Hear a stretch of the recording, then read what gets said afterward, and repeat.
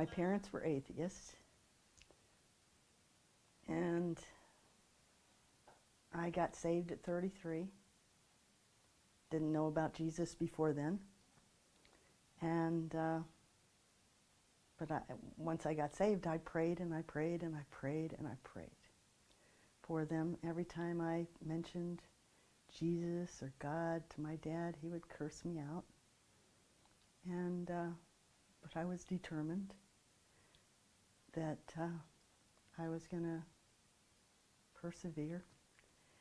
And anyways, he finally ended up in the hospital, and the Lord let me know he was going to pass away.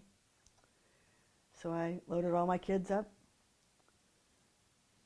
got them over there, and took them back, took the next load over, and it took hours. But the last batch of kids, my daughter came out and then said, Dad wants to talk to you. And I looked up and I said, God, if he tells me off again, I'm not going to handle this well. I can't do it. And so I went in, and my dad said, Barbara, will you pray for me? Well, out of my mouth came things I didn't even think. It just came out, and they say it's the word of knowledge. But I looked at my dad, I said, Dad, I can pray for you, but I can't save you. But the Bible says if you call upon the name of the Lord, you'll be saved. And my dad rolled over in the bed, and he screamed, God, I call upon your name, and I ask you to save me.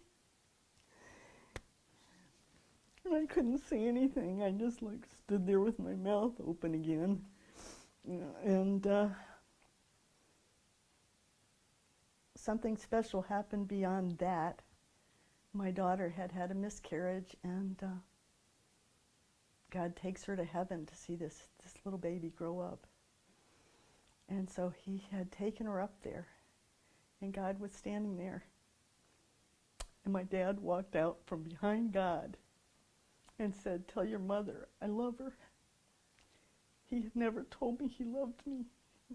When I would ask, do you love me? He would say, I love all my children. But he'd never say, I love you. And so from heaven, I got to hear, I love you. And that was beyond